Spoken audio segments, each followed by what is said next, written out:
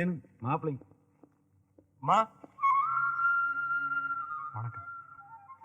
வணக்கம். உட்காருங்க. ஐயோ வேண்டாங்க. ஜுரமெல்லாம் ஒண்ணு இல்லைங்க, பணிவுங்க. நீங்க எப்படி திடீர்னு நீங்க உங்களை பார்த்த அதிர்ச்சியில் எனக்கு பேச்சே வரலைங்க. கும்பிட போன தெய்வம் குறுக்க வந்த மாதிரின்னு சொல்லுவாங்க. ஆனா நான் கும்பிட்டு வந்த தெய்வமே இங்க நேர்ல வந்த மாதிரி இருக்குது. என்ன சொல்றீங்க? நான் வழக்கமா கும்பிடுறது மதுரை மீனாட்சியையும் காஞ்சி காமாட்சியையும் தான். அந்த மீனாட்சியே நேர்ல வந்த மாதிரி அந்த பச்சை பட்டு நெத்தியில குங்குமம்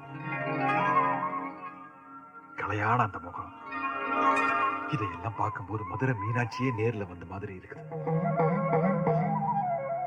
ஐயா, அதெல்லாம் ஒண்ணும் இல்ல.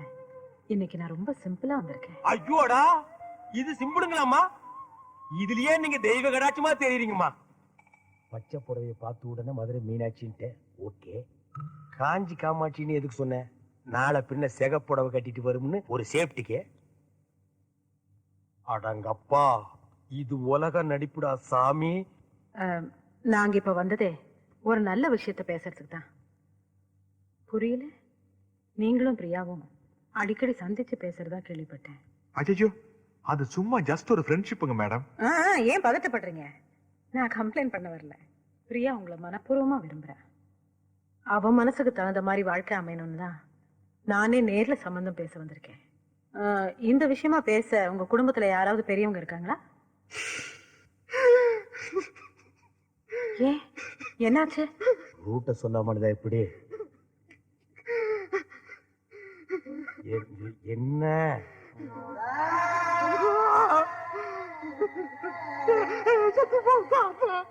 தாத்தா?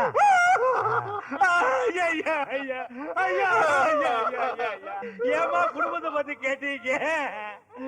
அவருக்கு செத்து போற தாத்தா ஞாபகம் வந்துருச்சு. ஐயா, பழசெல்லாம் ஏமா கிட்டீங்க? ஆள ஆரம்பிச்சா நிறுத்த மாட்டாரு, அழுதுகிட்டே இருப்பாரு.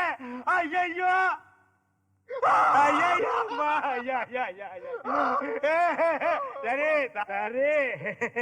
தாத்தாட்டு இருந்தா சாகிறதா, அதை நம்ம எடுத்து புதைக்கிறதா?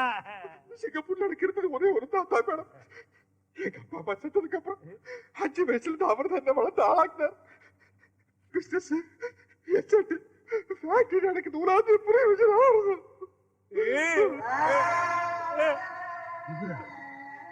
அரே